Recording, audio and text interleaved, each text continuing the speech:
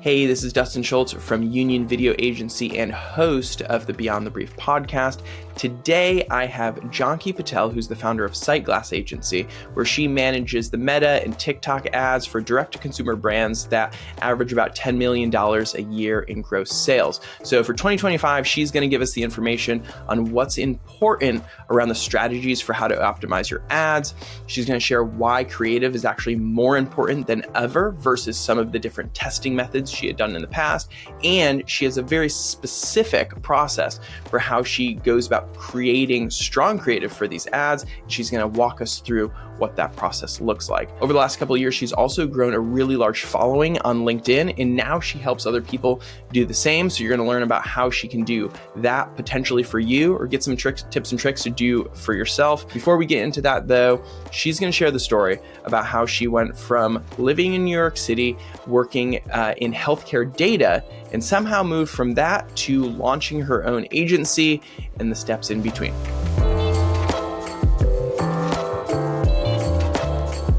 I moved to New York. My first job was actually in the city. So that was a really good experience. It was actually in healthcare, so very different than what I do now. And what it was fine at the time. It allowed me to just spend a lot of time running around New York, just because it wasn't too grueling at all. I had my weekends to myself, so I didn't have to work on the weekends, and then evenings, close the laptop, and then have fun out in New York and just meet a ton of people. So the first job was the role? What were you doing? Yeah, I was actually almost like a healthcare analyst researcher. So we worked with just analyzing data and creating reports that we would then sell off to like pharmaceutical companies. And so I guess I only know you as the marketer. Yeah. Where was the turn in the road? I got to the point where I was like completely burnt out. The other thing as well too is the healthcare industry is just a very slow paced type of industry. There's so many red tapes and barriers. It's really hard to make any type of impactful change. And I knew it from the very beginning, but it really got to me at the end where I'm like, I really can't see myself doing this right now. So with that, I took about a year off just to kind of figure out what I want to do next in my life. And during that year off, I ended up with my sister starting a D2C jewelry business. So this was a subscription jewelry service. And the really fun thing with that was we started it from the ground up. I learned everything about creating a website and how to purchase inventory and really like the big thing was the marketing side of things, just because right now the barrier to entry of creating an e-commerce business is really low. Like anybody could create a Shopify store within a few hours and find inventory overseas and just kind of get it up and running. Everybody has access to that. So it's like, how do you stand out in an e-commerce business? And what I learned really quickly that it really is going to be your marketing that sets things apart from like any other competitor or business. What I would spend during the business, I probably spent about 75% of my time like learning online from great gurus out there about marketing and online business. So what I quickly learned was how to run ads through Meta, Facebook at the time, and then email marketing as well too. And I ended up growing to really, really like it. That in turn kind of turned into more of, other founders would reach out and ask if I could kind of help them with that. So I got to the point where I was doing consulting work with other e-com brands, to where that kind of took off way more quickly than my online business. That's kind of how I made that pivot to where now I'm just doing it full time, just because A, I love it, and B, I'm getting a lot of work through it. So that's kind of how that all started. And now I'm kind of in the midst of it all. I'm about 8 years into the marketing world. Does that jewelry business still exist?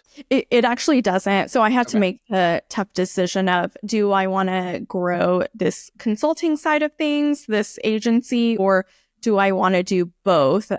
And I found that doing both was like really difficult. So I made the decision, and I'm actually like just at a really good place. I'm really happy I did that. It was almost like an MBA for a few years that I was able to kind of go through on my own and just learn a ton. And now I get to apply that with a lot of other companies and brands out there. How big did you grow that business? Can I ask? Yeah, like, we were we definitely reached like the mid 6 figures at that point in revenue.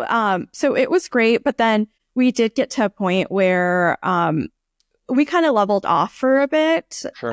And I mean, it was quite a bit of time to throw in there. And yeah, we grew it pretty big, but not enough to like fully sustain it. What made other owners find you and seek you out as a resource? Yeah, I think it was like my ability. I think it was like twofold, and I feel like this piece kind of like I've been able to kind of continue on with it.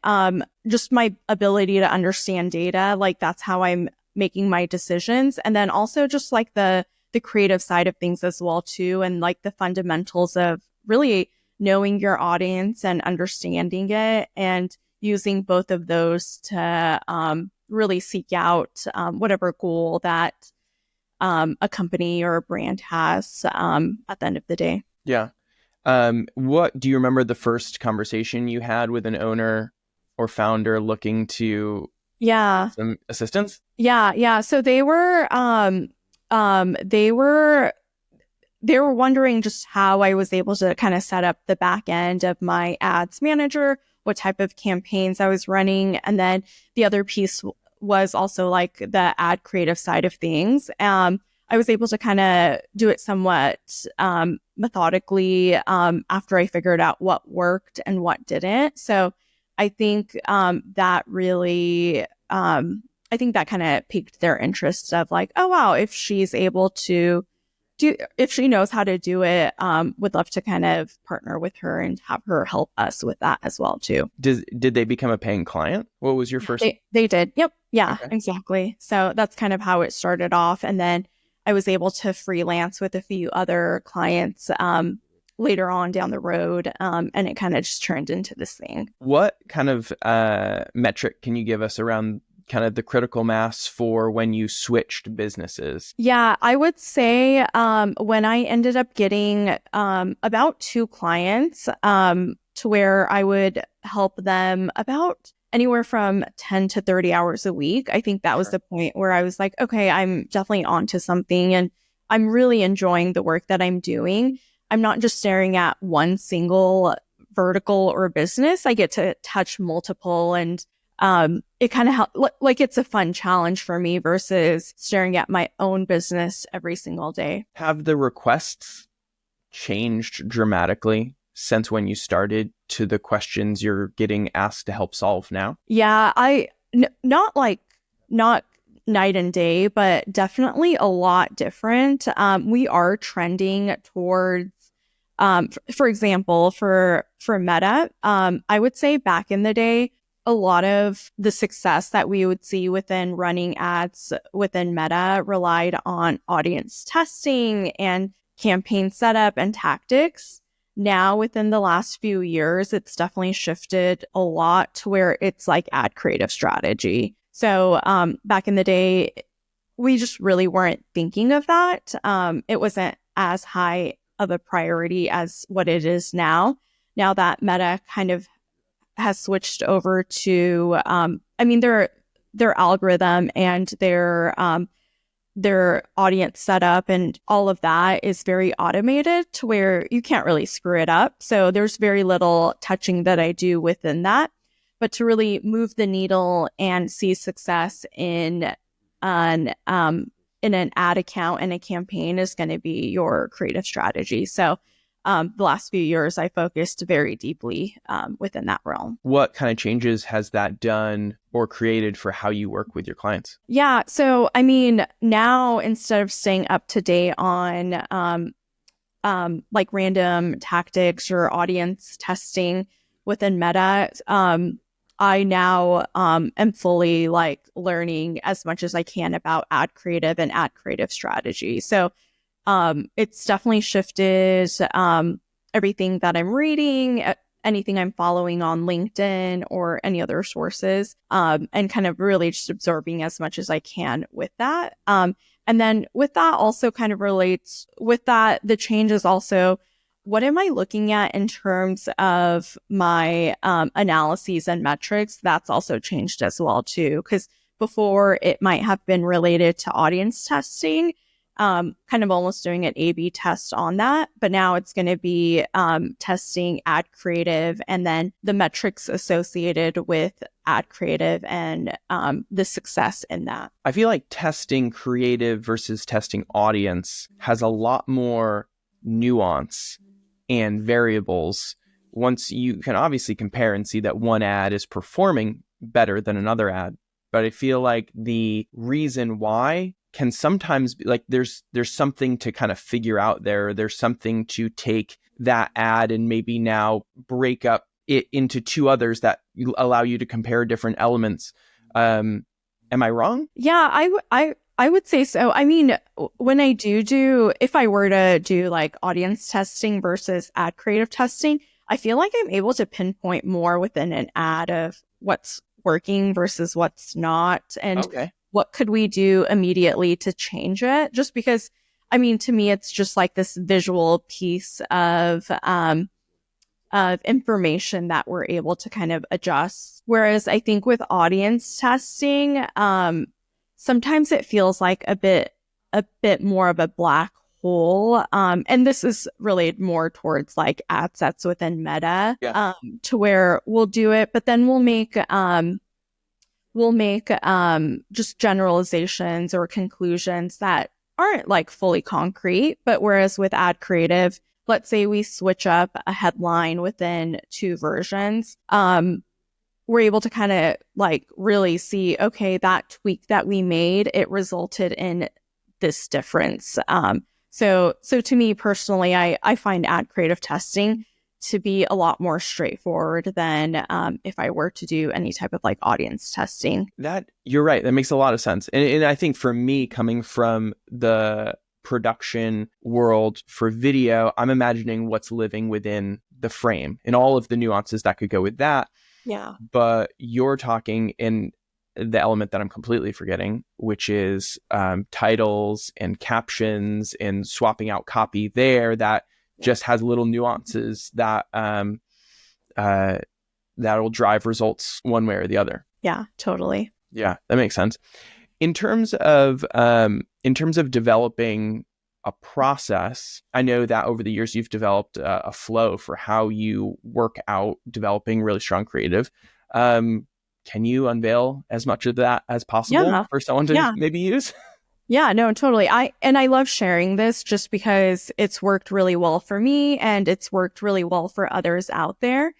And you really do need to follow a process to be able to see changes and results. So I always love sharing this. So I think the first thing that I like to start off doing, let's say I work with a brand new client where they want to revamp their ad creative strategy or even just start an ad creative strategy program within their company. So the first is really doing extensive research on both the product and their audience, really kind of getting inside of their head and understanding what are their pain points.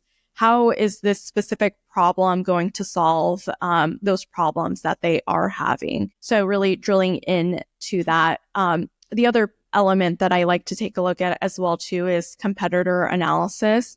So what are other brands doing? What are other like low hanging fruit that we could try as well? And then the other piece of it as well too is going to be taking a look at historical data.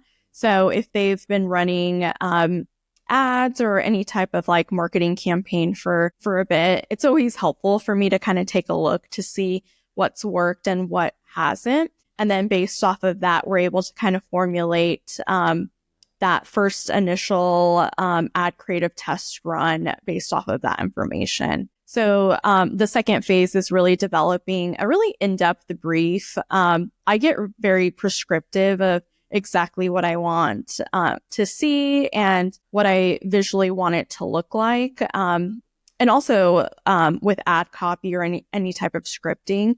So being able to use that research and create the first round of ad creative that we want to test. Once that's created with a brief, we'll go ahead and work with graphic folks to help produce that or create it. And there's always some back and forth of creating edits and doing reviews and making sure it's at a really good place for testing. Once we get into like a really good place with that, we'll go ahead and throw it within Meta, for example, or whichever platform that you are utilizing. We'll throw it into there, create a campaign structure, like a testing structure within that to see really how it's going to perform. Depending on the budget, the amount of creative that you do end up having, we'll let it run for a bit. And then the second to last piece is going to be the analysis part of it, which I actually love that part. So based off of what we ran for maybe a few weeks, we'll go ahead and just pull the data and kind of see, okay, what worked, what didn't. If it did work, what are ways that we could improve upon that ad even further?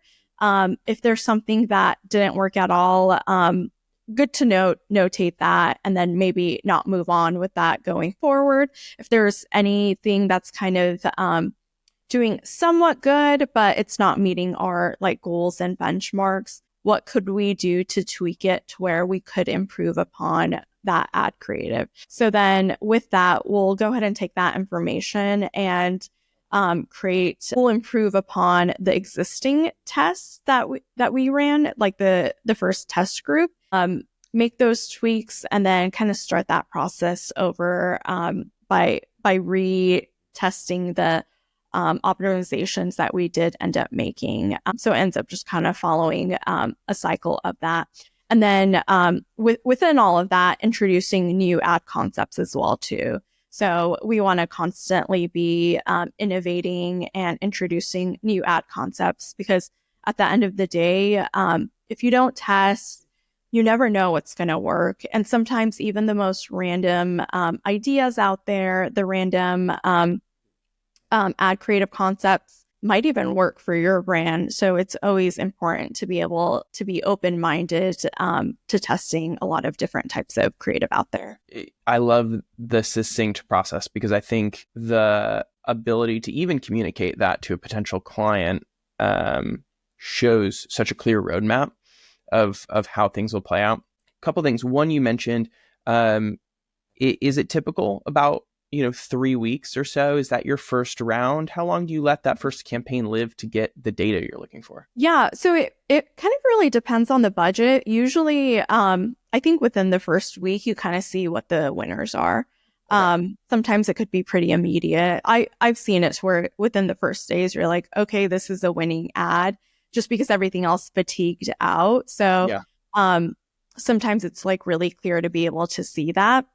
Other times, maybe not so much, just because the ads that we are making probably resonate really well with the audience. So it's not like there's one clear winner. Maybe there's a few. But from my experience, you do kind of see results come through and you kind of get an idea earlier on. But it's always good to have it run for a bit longer just to kind of fully let that testing phase finish up. Are you typically running 2 or 3 ads for your initial tests, or if everything was your way, what would you choose? Yeah, I would do, if I could, I would almost do about like 4 ads at a time. Okay. But again, there's a lot of different variables involved as well too, including timelines and budget and even like creative resources that are available. But ideally, the way that Meta campaigns and the setup that they have now, they always advocate for being able to throw in as many ad creative in like an Advantage Plus type of campaign and kind of seeing what happens there. But again, there's a lot of variations and elements involved. So it's really just specific to what we have available to work with. Yeah. And I know your agency focuses on businesses that tend to be in the $1 to $10 million range. Any outliers from those? I think again, it kind of depends on like the type of brand as well too. For a brand that's doing about $1 million in revenue a year, their ad budget's probably going to be a lot less than somebody that's doing about 10 million a year in revenue. Sure. And with those different budgets, you end up having different volumes of creative. So like a 10 million a year type of business, you kind of want to strive for the higher volume type of creative just because you have a bigger budget to work with. So that's kind of what I've seen on my end. If I were to kind of compare the two out of those types of brands. And what industries are you typically working with? Do you have any groupings? Yeah. So I mean, the funny thing is, like, I gravitate more towards like D2C brands that I like personally like to use or just have fun with. So when I started my career off in marketing, I'm a big fan of beauty, skincare, fashion. So those were the brands that I really started off with and ended up really learning a lot about. So that's kind of what where I started off. But the really cool thing is now I'm working with a lot of other types of brands, but I'm still using the fundamentals of marketing in general that I get to apply to those brands as well too. And even though I have a wealth of information for beauty brands and those types of brands, I could still apply, again, all of my fundamentals to other industries as well too. In your experience, let's maybe give an idea for someone, a $10 million a year beauty brand. What do they tend to be looking to invest or tend to be investing into, I'll call it ad placements, maybe leave any additional creative off the table, but on like a monthly basis? What's that range looked like? What seems to be the healthiest? What would you maybe recommend? Yeah. So again, I think it's going to, budget wise, I think it's really just going to depend on like the goals for that brand. Sure. But what I will say is that a brand that's doing about 10 million a year versus a brand that's doing 50 million a year, when you're at like the million to 10 million range, you kind of want to hone in on a few platforms. You don't want to be too spread out just because once you do that, you may not see amazing results right away. For the brands that are way larger, what I've seen is that they'll invest in quite a bit of platforms and be somewhat spread out just to help them with their overall brand awareness strategy. Whereas a brand that's a bit smaller in size, they'll concentrate their investment within maybe one or two platforms and really, really do well on those. And then as they grow, they're able to kind of diversify their paid media investment into other platforms and other marketing tools and basically channels out there. Sure. With those brands that are focusing on singular channels, is there kind of a minimum spend that you recommend for somebody who is at the 10 million, maybe trying to drive awareness? Let's like pick a goal, I guess. Yeah. So I would say, I mean, again, I think I usually don't end up creating those types of plans to where I'm like, okay, you need to do X, Y, Z for that. Usually a brand will come to me with whatever specific budget they have in mind, and then we could kind of go from there. Yep. But really, like, let's say a smaller brand, I mean, at minimum, we want to spend about $5,000 a month, like very minimum. And that's just doing one or two simple campaigns out there. We obviously would be able to kind of build off of that as we increase our budget. Yeah. Is that kind of the range where maybe you're just getting more information and signals than necessarily driving revenue? Yeah, exactly. So the reason why I say like that should be kind of the bare minimum is more of like, okay, let's get a good understanding of how things are going to run within the platform. What does the data look like? You're really just buying the data at that point and understanding how the audience will respond to that product and kind of understanding what the conversion rate really will be. Are you seeing, I mean, the space that you're in, there's got to be ad dollars being spent between TikTok and then Meta. And I imagine you've seen a level of migration. What are you observing? Yeah. So from what I've seen on, I mean, if I were to compare the two platforms, for what I've seen like overall is that TikTok ends up being a really great brand awareness type of strategy. So a bit more of a top of funnel, mid funnel. It's kind of changed maybe in the last 6 months to where people are actually browsing and purchasing things directly on TikTok, especially with TikTok Shop. But with it, like the last year or so, what I'm seeing is that a lot of the top to mid funnel type of awareness investment media has been shifting over to TikTok versus Meta.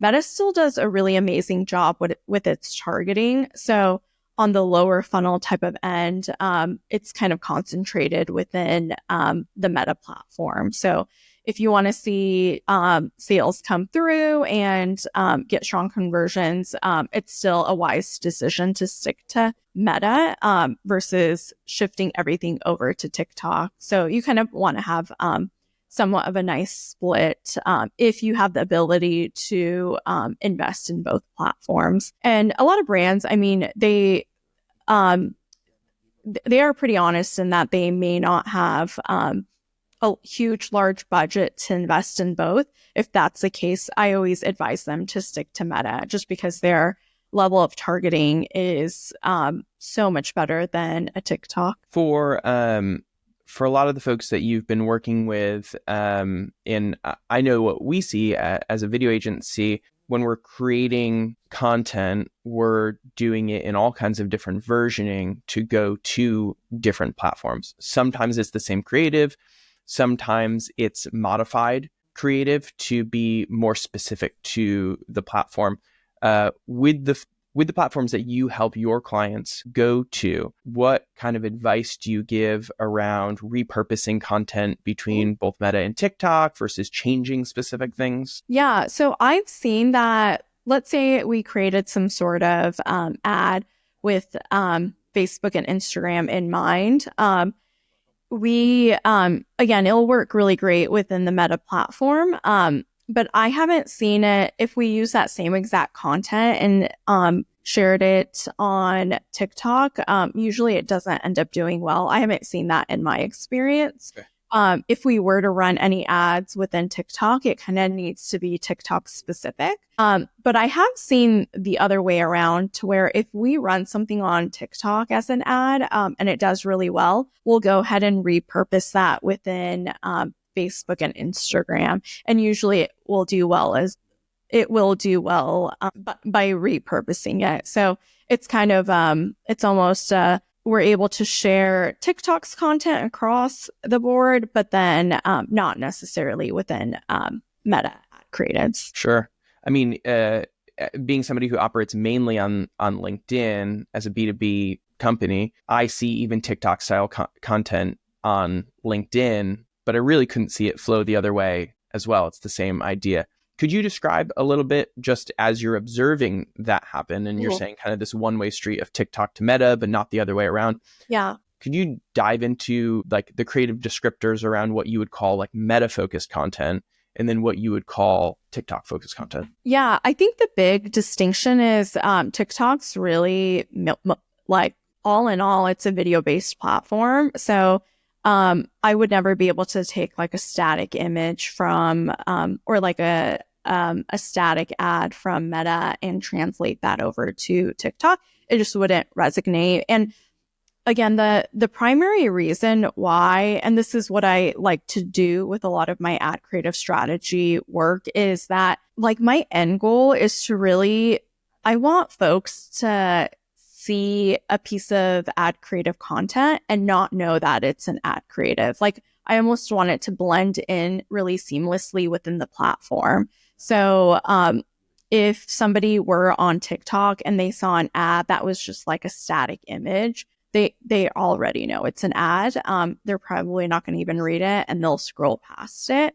Whereas the reason why TikTok ads just do really well overall is even organically, creators are able to create really interesting videos and content that captures attention within the first 3 seconds. And I think that's why TikTok type of content ends up doing well on all the other platforms, because a lot of content creators take that into mind, both organically and from an ad level. Yeah.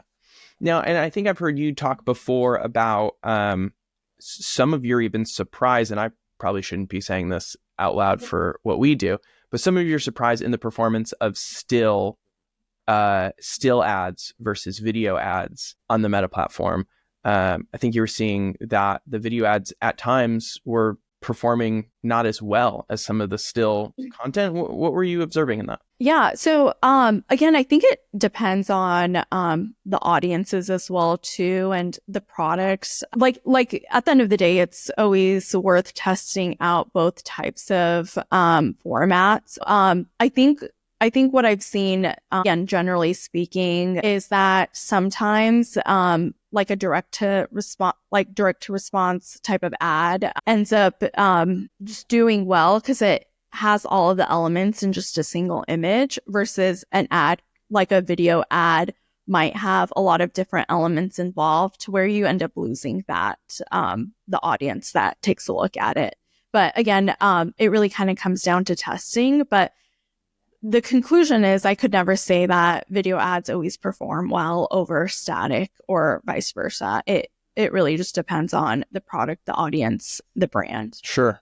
Yeah. I mean, in everything that we've talked about so far, I know we talked about maybe diving into an example, breaking down an ad. If you want to pull up what you've been looking at, some of the things that you talk with the folks you work with about. Yeah, so I'm going to actually pull up an ad from Rituals. They are the creative team behind the ad creative that they do make is it's always so innovative, and it always captures my attention. So I'll go ahead and share this Ritual ad that I came across, and then I could kind of dive in and talk through some of the elements that I really like about this ad. Yeah, perfect.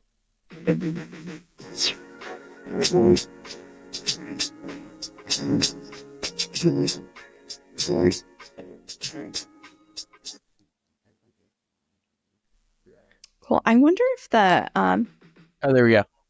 Yeah, there.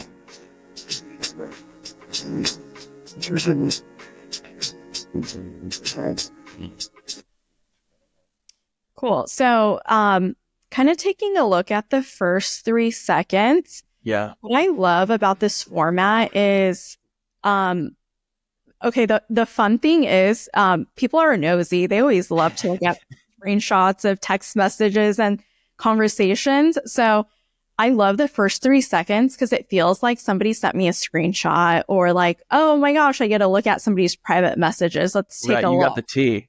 Yeah. So you got the tea. Yeah, so let's go ahead and read it. So it introduces Rituals sale, and then you see some typing going on.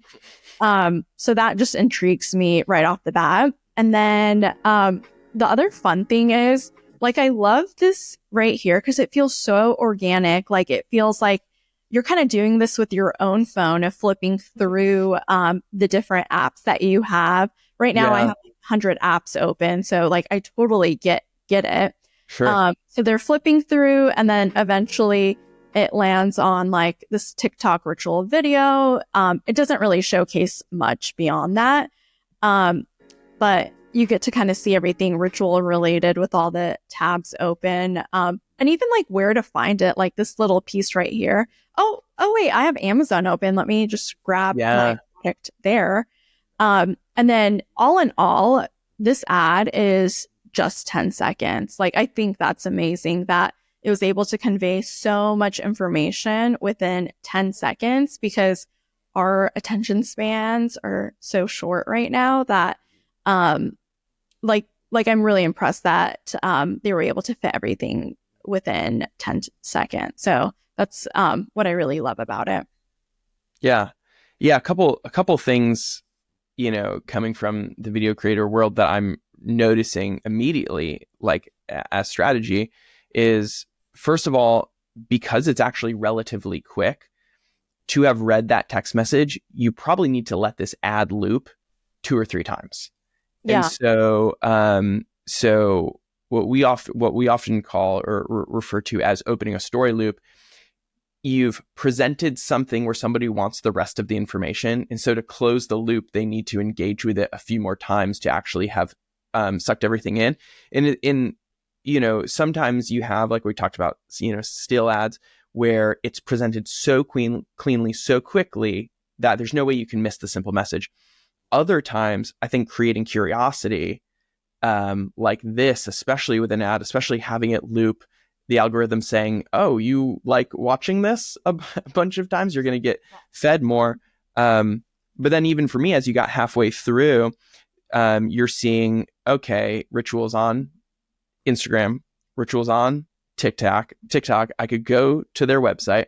I could, find them on Amazon. And a lot of those, you almost wonder, you're like, I kind of want to see, like, could I find that Instagram video to like watch what that was? And I think it opens up maybe some rabbit holes to go down. Yeah. And just kind of looking at this, I didn't even know they were available on Amazon. So that was kind of cool to see as well too. It's almost like a visual call to action. Obviously there's the link there, which we don't know, or just viewing it this way, where it's going to take you. But, a voiceover could be saying, get it today on Amazon. But you're just show, don't tell the information, which is so great from this ad. Yeah, no, totally. I know one of the things you had talked about when sharing your process for developing strong creative was you put the initial out there, you get the signals, you get the information, you then iterate to increase the quality of what you're getting back, the sales that you're getting.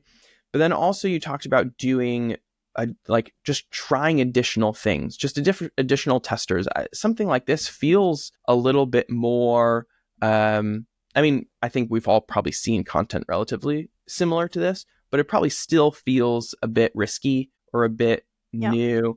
Can you tell me a little bit about your experience when it comes to getting to that round of, hey, let's try this wild card idea?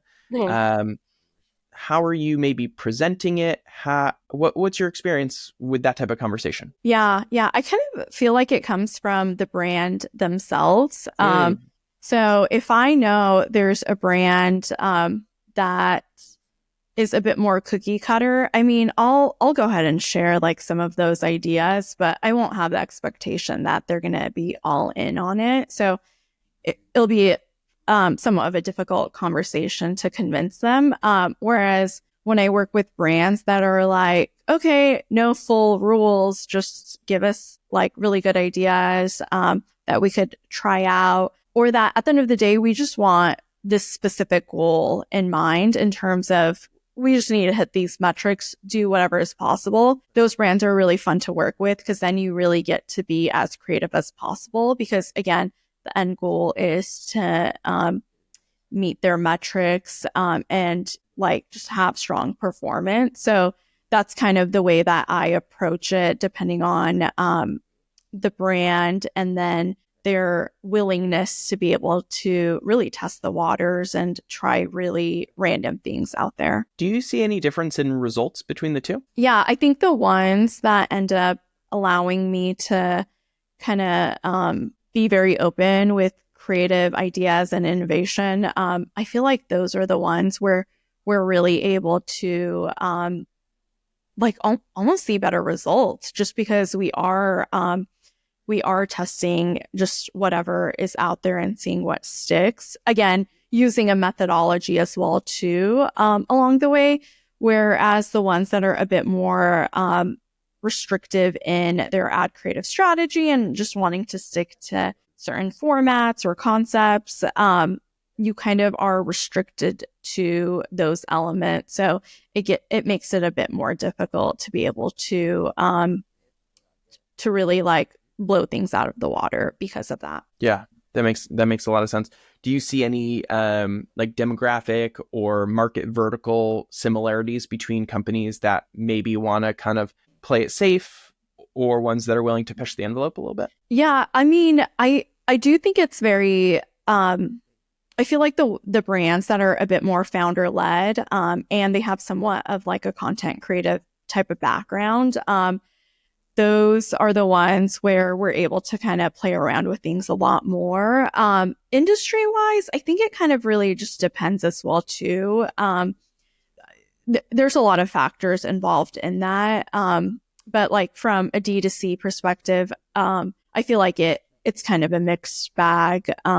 And it really depends also on the audience that we're targeting and then the products that we are offering. I think those elements kind of come into play as well too when it comes to creative testing. Are you doing any B2B brands on the Meta platform or TikTok? Yeah, so I'm working with one right now, more so in the AI space. And with that, we are getting to do some creative testing as well too within that. But again, following just the fundamentals and the foundation of what I've learned of really resonating with your audience, understanding their pain point, and then introducing either your product or your service as the solution.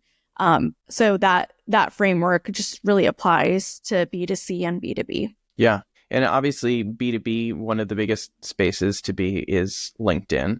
That's where we got connected. And I saw some of the things that you were sharing super valuable and why I wanted to bring to our audience. And now you're also helping other people build their presence on LinkedIn through personal brand, that kind of thing. Tell me what you're doing. Yeah. So I actually started on LinkedIn full-fledged 2 years ago in terms of posting content consistently. Right now I'm posting every morning. So 5 times a week, every morning I'll post. And what I love about the LinkedIn platform is that I've been able to connect with so many amazing businesses and individuals and folks out there, whether it's through like collaborations or even just other business opportunities. It's been just a really great platform. And even other folks that have grown their business on LinkedIn, I mean, they've been saying the same thing as well, too. Out of all the other platforms out there, including Twitter X or Threads or Instagram, Facebook, it's just such a great platform to be able to connect with like-minded individuals out there. And also your ICP brands that you want to target to work with. It is a really great platform out there. So within the last 2 years, I've actually grown quite a bit. I'm at about 30,000 followers, which is really great. So I've been able to like really figure out how it works. Like what type of content do I need to be posting? What type of content strategy do I need to have? So I've seen quite a bit of success for myself on that platform. So I'm now working with a few folks right now to do the same for them, just because it's such a valuable platform out there. Sure. Yeah, I have a bunch of questions. Are you batching content to be doing every post every morning, or are you creating fresh? Yeah, I actually batch it. I'm usually out like a week at a time. So this week I have next week's planned out. And then sometime next week I'll work through the following week, just so things are somewhat relevant and fresh. And if I have any ideas or inspos, I'm able to like somewhat incorporate that right away. And then I think one big thing, especially because we are talking about video, LinkedIn's trying to do like a really big push on video content as well too. I haven't really jumped on the LinkedIn video like piece yet, but that's definitely going to be something that I want to do a lot more this upcoming year, just because when people are on their phones and they have a few minutes to kind of take a look, sometimes a video message will be a lot more impactful than maybe reading something. So I do feel like a video is going to take off on LinkedIn really soon. Anything you're observing about that, or you're interested to start as your own testing? There's nothing specific just yet. I kind of just want to test it and kind of see how it goes.